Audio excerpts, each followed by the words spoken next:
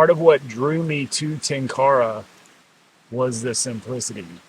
I'd always fished growing up and was aware of fly fishing, but fly fishing, Western fly fishing, felt like a lot of pomp and circumstance and a lot of stuff to keep track of. I wasn't intimidated by the fishing itself, but it just wasn't interesting to me. I didn't want to buy a bunch of stuff. So the idea of having a rod and a line and some flies in my pocket, which is exactly what I did the first time I went, that was what Tenkara was to me.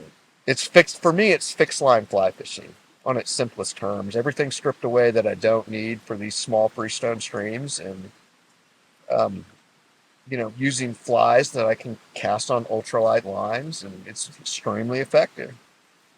The nymphing aspect, especially for me, has just been a real cool journey. Just building the rods and then learning what it takes to actually fish them effectively. Um, for me, I would say Tenkara is a simplistic style of fly fishing, but like a lot of martial arts, maybe you can pick up the basics really quickly, but you could spend a lifetime mastering it. That is a little bit of a loaded question. Um, Honestly, it's whatever you make it out to be. For me, it's using a fixed line rod and going after these brook trout that we have down here in the south, which are beautiful beyond reason.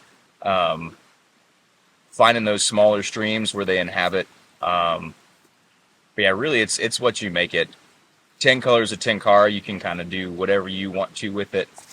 Um, Nymphing, streamer fishing, I've gotten into a little bit of that recently. But yeah, it's just kind of your ball game and what you make of it. It's tough to describe Tenkara. I really do try to kind of honor the Japanese tradition of it. That's where I start my explanation.